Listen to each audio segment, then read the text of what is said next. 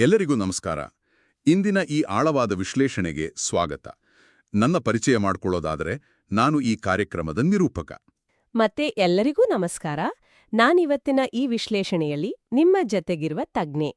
ಇವತ್ತು ನಾವು ಆರಿಸ್ಕೊಂಡಿರೋ ವಿಷಯ ಬಂದು ನಮ್ಮ ದೈನಂದಿನ ಆಚರಣೆಗಳ ಬಗ್ಗೆ.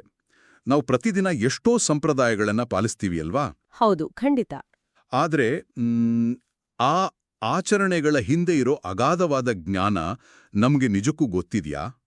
ಅಥವಾ ಕೇವಲ ಒಂದು ರೂಢಿಗಾಗಿ ಮಾಡ್ತಾ ಇದೀವಾ ಅನ್ನೋದು ಇವತ್ತಿನ ಪ್ರಶ್ನೆ. ನಿಜ, ಇದು ತುಂಬಾ ಮುಖ್ಯವಾದ ಪ್ರಶ್ನೆ.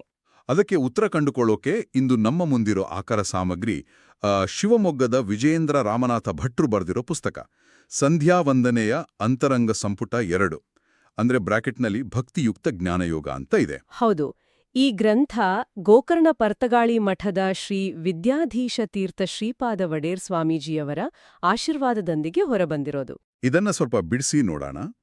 ಲೇಖಕರು ಈ ಬೃಹತ್ ಗ್ರಂಥನ ತಮ್ಮ ತಂದೆ ತಾಯಿಗಳ ಸ್ಮರಣಾರ್ಥ ಬರೆದಿದ್ದಾರೆ.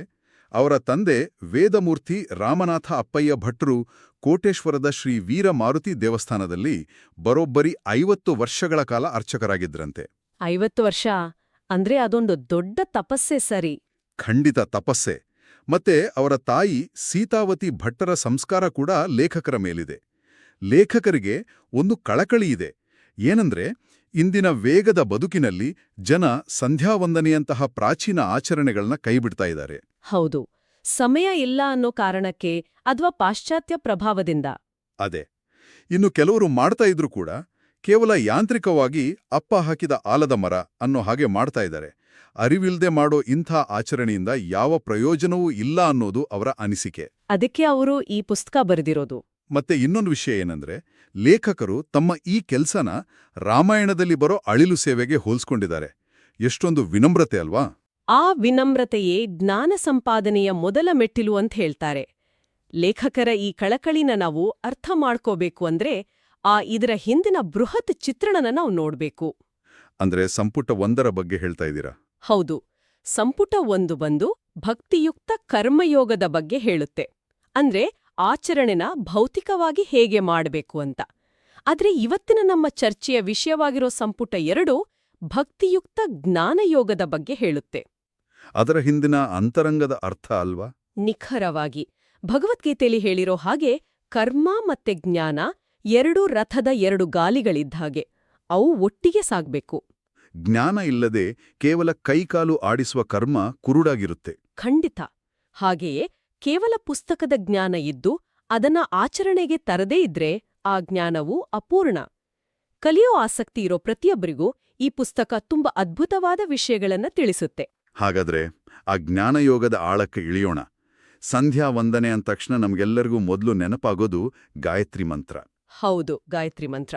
ಈ ಗ್ರಂಥದಲ್ಲಿ ಗಾಯತ್ರಿ ಮಂತ್ರವನ್ನ ವಿಶ್ಲೇಷಣೆ ಮಾಡಿರೋ ರೀತಿ ಇಲ್ಲಿ ವಿಷಯ ನಿಜಕ್ಕೂ ಆಸಕ್ತಿದಾಯಕವಾಗುತ್ತೆ. ಲೇಖಕರು ಶ್ರೀ ಮಧ್ವಾಚಾರ್ಯರ ಭಾಷ್ಯದ ಆಧಾರದ ಮೇಲೆ ಪ್ರತಿಯೊಂದು ಪದದ ಅರ್ಥವನ್ನ ಎಳೆಯಾಗಿ ಬಿಡಿಸಿಟ್ಟಿದ್ದಾರೆ. ನಾವು ಸಾಮಾನ್ಯವಾಗಿ ಮಂತ್ರವನ್ನ ಒಟ್ಟಾರೆಯಾಗಿ ಒಂದು ರಾಗದಲ್ಲಿ ಕೇಳಿರ್ತೀವಿ. ಆದ್ರೆ ಇದರ ಒಂದೊಂದು ಪದದಲ್ಲೂ ಭಗವಂತನ ಅಗಾಧತೆ ಇದೆ. ಉದಾಹರಣೆಗೆ ಮಂತ್ರದ ಆರಂಭದ ಓಂಕಾರ, ಇದರ ಅರ್ಥ ಅಶೇಷ ಗುಣಗಳಿಗೆ ಆಧಾರನಾದ ಗುಣಪೂರ್ಣನಾದ ನಾರಾಯಣ ಅಂತ. ಹೌದು. ಆಮೇಲೆ ಭೂ ಅಂದ್ರೆ ಗುಣಪೂರ್ಣ ಪ್ರಕಾಶ ಸ್ವರೂಪಿ, ಭುವ ಅಂದ್ರೆ ಸಂಪೂರ್ಣ ಮಹಾಪರಾಕ್ರಮಿ, ಸ್ವ ಅಂದ್ರೆ ಅನಂತ ಸುಖವುಳ್ಳವನು, ಭರ್ಗೋ ಅಂದ್ರೆ ಪಾಪಗಳನ್ನ ನಾಶ ಮಾಡುವವನು, ಕೊನೆದಾಗಿ ಬರುವ ಆ ಧಿಯೋಯೋನಃ ಪ್ರಚೋದಯಾತಂದ್ರೆ ಎಲ್ಲರ ಬುದ್ಧಿಯನ್ನ ಪ್ರೇರೇಪಿಸುವವನು. ಒಂದೊಂದು ಪದವು ಎಷ್ಟೊಂದು ಶಕ್ತಿಯುತವಾಗಿದೆ ಅಲ್ವಾ? ಖಂಡಿತ. ಆದ್ರೆ ಇಲ್ಲಿ ಗಮನಿಸ್ಬೇಕಾದ ಮತ್ತೊಂದು ಅಂಶ ಏನಂದ್ರೆ, ಈ ಅರ್ಥಗಳು ಕೇವಲ ಮೇಲ್ಮೈಯ ಪದಶಃ ಅರ್ಥಗಳು ಮಾತ್ರ. ಅಂದ್ರೆ ಇದರ ಆಳದಲ್ಲಿ ಇನ್ನೇನೋ ಇದೆಯಾ? ಹೌದು. ಇದು ಎಲ್ಲದರ ಹಿಂದೆ ನಮ್ಮ ಬುದ್ಧಿಯನ್ನ ಸರಿದಾರಿಯಲ್ಲಿ ನಡೆಸುವಂತೆ ಬೇಡುವ ಒಂದು ಪ್ರಬಲವಾದ ಪ್ರಾರ್ಥನೆ ಇದೆ. ಧಿಯೋಯೋನಃ ಪ್ರಚೋದಯಾತ್ ಅನ್ನೋದು ಕೇವಲ ವಾಕ್ಯ ಅಲ್ಲ. ನಮ್ಮ ಆಲೋಚನೆಗಳನ್ನ ಸರಿಯಾದ ದಿಕ್ಕಿನಲ್ಲಿ ಇಡು ಅಂತ ಕೇಳ್ಕೊಳ್ಳೋದು. ಹೌದು. ನಮ್ಮಿಗೆ ಭೌತಿಕ ಜಗತ್ತಿನಲ್ಲಿ ಸಂಪತ್ತು, ಅಧಿಕಾರ ಎಲ್ಲ ಸಿಗ್ಬೋದು. ಆದ್ರೆ ನಮ್ಮ ಬುದ್ಧಿ ಸರಿಯಾದ ದಾರಿಯಲ್ಲಿ ಇಲ್ಲದಿದ್ರೆ ಆ ಸಂಪತ್ತಿನಿಂದ ವಿನಾಶನೇ ಖಂಡಿತ. ಹಾಗಾಗಿ ಭಗವಂತನಲ್ಲಿ ನಮ್ಮ ಅಂತರಂಗವನ್ನ ಬೆಳಗುವಂತ ಕೇಳಿಕೊಳ್ಳುವ ಶ್ರೇಷ್ಠ ಪ್ರಾರ್ಥನೆ ಇದು. ನಮ್ಮ ಆಲೋಚನೆಗಳೇ ನಮ್ಮ ಬದುಕಿನ ದಿಕ್ಸೂಚಿ. ಆದರೆ ಈ ಗ್ರಂಥ ಬರೀ ಮಂತ್ರದ ಅರ್ಥ ಹೇಳಿ ಸುಮ್ಮನಾಗಲ್ಲ. ಇದರ ಗಣಿತ ಮತ್ತೆ ಆಧ್ಯಾತ್ಮಿಕ ರಚನೆನ ಬಿಚ್ಚಿಟ್ಟಿರೋ ರೀತಿ ನಿಜಕ್ಕೂ ಆಶ್ಚರ್ಯ ತರುತ್ತೆ. ಮಹಾಸಂಹಿತೆ ಬಗ್ಗೆ ಹೇಳ್ತಾ ಇದ್ದೀರಾ ಅಲ್ವಾ? ಹೌದು, ಮಹಾಸಂಹಿತೆ. ಶಾಲೆಯಲ್ಲಿ ನಾವು ವ್ಯಾಕರಣ ಪಾಠ ಕೇಳಿದಾಗ ಸಂಹಿತ ಅಂದ್ರೆ ಸಂಧಿಗಳು ಅಂತ ನೆನಪಾಗತ್ತೆ. ಸ್ವರಸಂಧಿ, ವ್ಯಂಜನ ಸಂಧಿ, ಹಾಗೆ 2 ವರ್ಣಗಳು ಅಥವಾ ಅಕ್ಷರಗಳು ಒಗ್ಗೂಡುವುದೇ ಸಂಹಿತ. ಆದ್ರೆ ಈ ಗ್ರಂಥದಲ್ಲಿ ಹೇಳಿರೋ ಸಂಹಿತೆ ಕೇವಲ ಭಾಷೆಯ ವ್ಯಾಕರಣ ಅಲ್ಲ. ಇದೊಂದು ಬೃಹತ್ ಆಧ್ಯಾತ್ಮಿಕ ನಕ್ಷೆ. ಅದು ಹೇಗೆ ಸಾಧ್ಯ? ಒಂದು ಭಾಷೆಯ ನಿಯಮ ಆಧ್ಯಾತ್ಮಿಕ ನಕ್ಷೆಯಾಗಿ ಹೇಗೆ ಬದಲಾಗತ್ತೆ? ಇಲ್ಲಿರೋ ಕುತೂಹಲಕಾರಿ ಅಂಶನೇ ಅದು. ಇದನ್ನ ಅರ್ಥ ಮಾಡ್ಕೋಬೇಕು ಅಂದ್ರೆ ನಾವೊಂದು ಉದಾಹರಣೆ ನೋಡೋಣ. ವಿಜ್ಞಾನದಲ್ಲಿ ರಾಸಾಯನಿಕ ಬಂಧಗಳ ಬಗ್ಗೆ ಕೇಳಿರ್ತೀವಿ. 2 ಬೇರೆ ಬೇರೆ ಪರಮಾಣುಗಳು ಸೇರಿದಾಗ ಹೊಸ ಗುಣಲಕ್ಷಣ ಇರೋ ಅಣು ಸೃಷ್ಟಿಯಾಗುತ್ತಲ್ವಾ? ಹೌದು, ಒಂದು ಹೊಸ ಶಕ್ತಿ ಹುಟ್ಕೊಳ್ಳುತ್ತೆ. ಅದೇ ರೀತಿ ತೈತ್ತಿರಿಯ ಉಪನಿಷತ್ನಲ್ಲಿ ವಿವರಿಸಿರೋ ಹಾಗೆ ಪ್ರತಿಯೊಂದು ಸಂಹಿತೆಯಲ್ಲೂ 4 ಘಟಕಗಳಿರುತ್ತೆ. ಓಹೋ. ಪೂರ್ವವರ್ಣ ಅಂದ್ರೆ ಮೊದಲನೇ ಅಕ್ಷರ, ಉತ್ತರವರ್ಣ ಅಂದ್ರೆ 2ನೇ ಅಕ್ಷರ, ಸಂಧಿ ಅಂದ್ರೆ ಅವೆರಡರ ಸೇರ್ಪಡೆ, ಮತ್ತೆ ಸಂಧಾನ ಅಂದ್ರೆ ಅವುಗಳನ್ನ ಒಟ್ಟಿಗೆ ಹಿಡಿದಿಡುವ ಶಕ್ತಿ. ಇದು ವ್ಯಾಕರಣದ ನಿಯಮನೇ ಆಯ್ತು. ಹೌದು. ಆದ್ರೆ ಗಾಯತ್ರಿ ಮಂತ್ರದ ಪ್ರತಿಯೊಂದು ಸಂಹಿತೆ, ಪ್ರತಿಯೊಂದು ಅಕ್ಷರದ ಹಿಂದೆಯೂ ಭಗವಂತನ 5 ಪ್ರಮುಖ ರೂಪಗಳು ಹೆಣೆದುಕೊಂಡಿವೆ. ಆ ನಾರಾಯಣ, ವಾಸುದೇವ, ಸಂಕರ್ಷಣ, ಪ್ರದ್ಯುಮ್ನ ಮತ್ತು ಅನಿರುದ್ಧ. ಅಂದ್ರೆ ಕೇವಲ ಅಕ್ಷರಗಳ ಜೋಡಣೆಯ ಹಿಂದೆ ಈ 5 ರೂಪಗಳಿವೆಯಾ? ನಿಖರವಾಗಿ ಹೇಳಬೇಕು ಅಂದ್ರೆ ಬರೀ ರೂಪಗಳಲ್ಲ. ಈ ಭಗವತ್ ರೂಪಗಳು 5 ವಿಭಿನ್ನ ಅಧಿಕರಣಗಳಲ್ಲಿ ಅಂದ್ರೆ ನೆಲೆಗಳಲ್ಲಿ ವ್ಯಾಪಿಸಿವೆ. ಯಾವ್ಯಾವ ನೆಲೆಗಳು? ಲೋಕ ಅಂದ್ರೆ ನಾವು ವಾಸಿಸುವ ಜಗತ್ತು, ಜ್ಯೋತಿ ಅಂದ್ರೆ ಬೆಳಕು, ವಿದ್ಯೆ ಅಂದ್ರೆ ಜ್ಞಾನದ ನೆಲೆ, ಪ್ರಜಾಸಂತತಿ ಅಂದ್ರೆ ಸೃಷ್ಟಿ, ಮತ್ತು ಶರೀರ ಅಂದ್ರೆ ನಮ್ಮ ಸ್ವಂತ ದೇಹ. ಇದನ್ನು ಕೇಳ್ತಾ ಇದ್ರೆ ಯಾವುದೋ ಬೃಹತ್ ಸಂಕೀರ್ಣ ಜಾಲದೊಳಗೆ ಹೋದಾಗ ಅನಿಸ್ತಾ ಇದೆ, ಅಥವಾ ಒಂದು ದೊಡ್ಡ ಒಗಟನ್ನ ಬಿಡಿಸಿದಾಗೇ ಇದೆ. ಹೌದು. ನಾವು ಉಚ್ಚರಿಸುವ ಒಂದೊಂದು ಅಕ್ಷರದ ಹಿಂದೆಯೂ ಇಡೀ ಬ್ರಹ್ಮಾಂಡದ ರಚನೆ ಅಡಗಿದೆ ಅನ್ನೋದನ್ನ ಇದು ವಿವರಿಸುತ್ತೆ.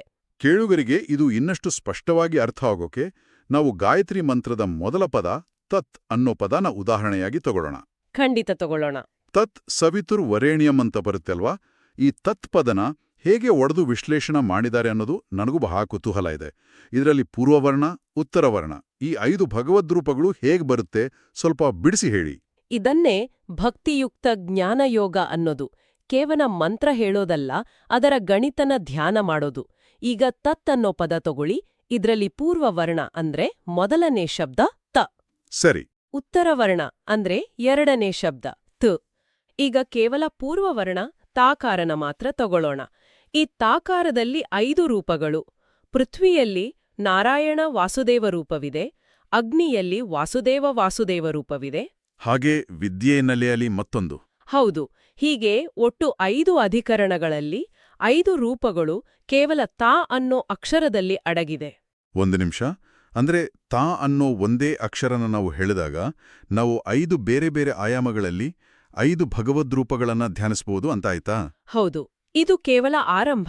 ಇನ್ನು ಉತ್ತರವರ್ಣ ಥಕಾರನ ತಗೊಂಡ್ರೆ ದ್ಯೂಲೋಕದಲ್ಲಿ ನಾರಾಯಣ ಸಂಕರ್ಷಣ ರೂಪ, ಆದಿತ್ಯನಲ್ಲಿ ವಾಸುದೇವ ಸಂಕರ್ಷಣ ರೂಪ, ಹೀಗೆ ಅಲ್ಲೂ 5 ರೂಪಗಳು ಬರ್ತವೆ.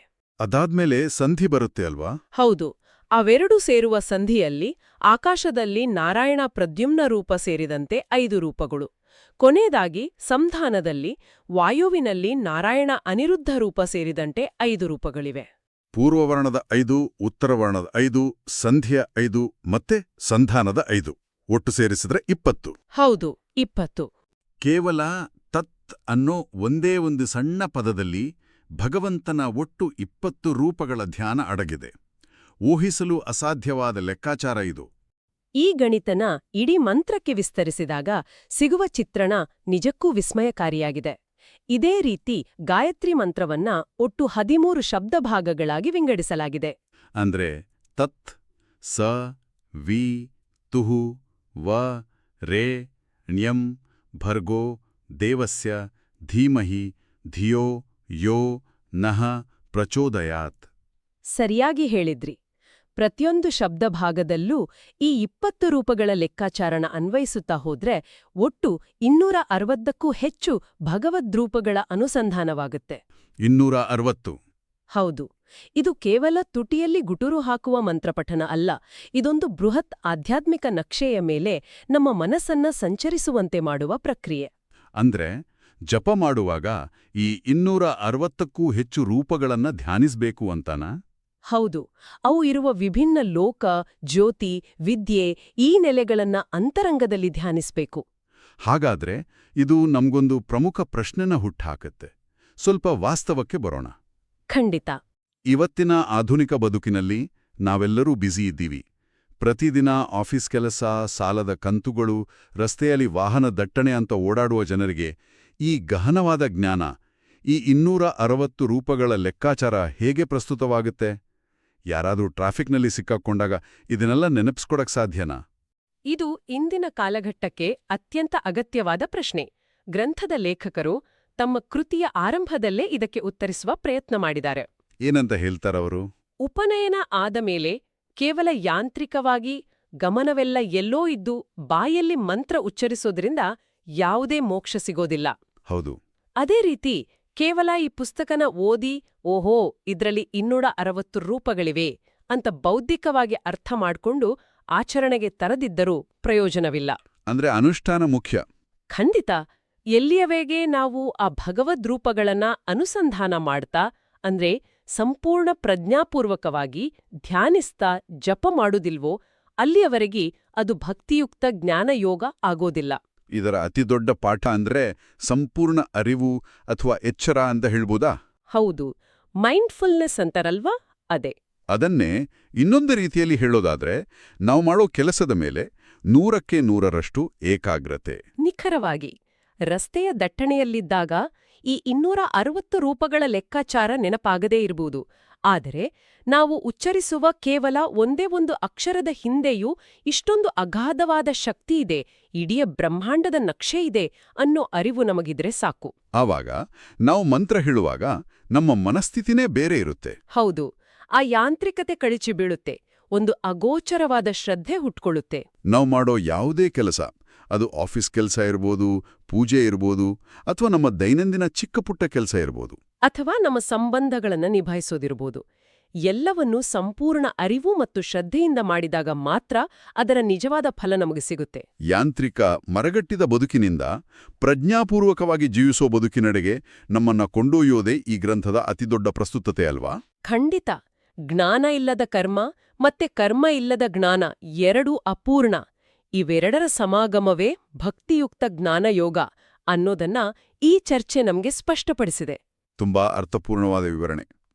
ಇಂದಿನ ನಮ್ಮ ವಿಶ್ಲೇಷಣೆಯ ಮುಖ್ಯಾಂಶಗಳನ್ನ ಒಟ್ಟುಗೂಡಿಸೋದಾದ್ರೆ, ವಿಜಯೇಂದ್ರ ರಾಮನಾಥ್ ಭಟ್ಟರ ಈ ಪುಸ್ತಕ ನಮ್ಗೆ ಯಾಂತ್ರಿಕ ಆಚರಣೆಯಿಂದ ಪ್ರಜ್ಞಾಪೂರ್ವಕ ಧ್ಯಾನದ ಕಡೆಗೆ ಹೇಗೆ ಸಾಗ್ಬೇಕು ಅಂತ ಬಹಳ ಸರಳವಾಗಿ ತೋರಿಸಿಕೊಟ್ಟಿದೆ. ಹೌದು, ಕೇವಲ 24 ಅಕ್ಷರಗಳ ಗಾಯತ್ರಿ ಮಂತ್ರದಲ್ಲಿ ಅಡಗಿರುವ 260ಕ್ಕೂ ಹೆಚ್ಚು ರೂಪಗಳ ಮಹಾಸಂಹಿತೆಯ ಗಣಿತ ನಿಜಕ್ಕೂ ಬೆರಗು ಹುಟ್ಟಿಸುತ್ತೆ. ಪ್ರತಿಯೊಂದು ಅಕ್ಷರವೂ ಬ್ರಹ್ಮಾಂಡದ 5 ಆಯಾಮಗಳೊಂದಿಗೆ ಬೆಸೆದುಕೊಂಡಿರುವ ರೀತಿ ಅದ್ಭುತ.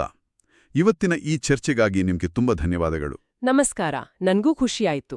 ಈ ಆಳವಾದ ವಿಶ್ಲೇಷಣೆಯನ್ನ ಮುಕ್ತಾಯಗೊಳಿಸುವ ಮುನ್ನ ಕೇಳುಗರಿಗೆ ಒಂದು ಆಲೋಚನೆ. ಒಂದು ಪುರಾತನ ಮಂತ್ರ, ಒಂದೊಂದು ಅಕ್ಷರದ ಹಿಂದೆಯೂ ಇಷ್ಟೊಂದು ಗಹನವಾದ ಅರ್ಥ, ಇಂತಹ ಬೃಹತ್ ಜಾಲವೇ ಅಡಗಿದೆ ಎಂದಾದರೆ, ನಾವು ಪ್ರತಿದಿನ ಎಗ್ಗಿಲ್ಲದೆ ಬಳಸುವ ಸಾಮಾನ್ಯ ಪದಗಳ ಹಿಂದೆ ಇನ್ನೆಷ್ಟು ರಹಸ್ಯಗಳಿರಬಹುದು. ಹೌದು ಅಲ್ವಾ?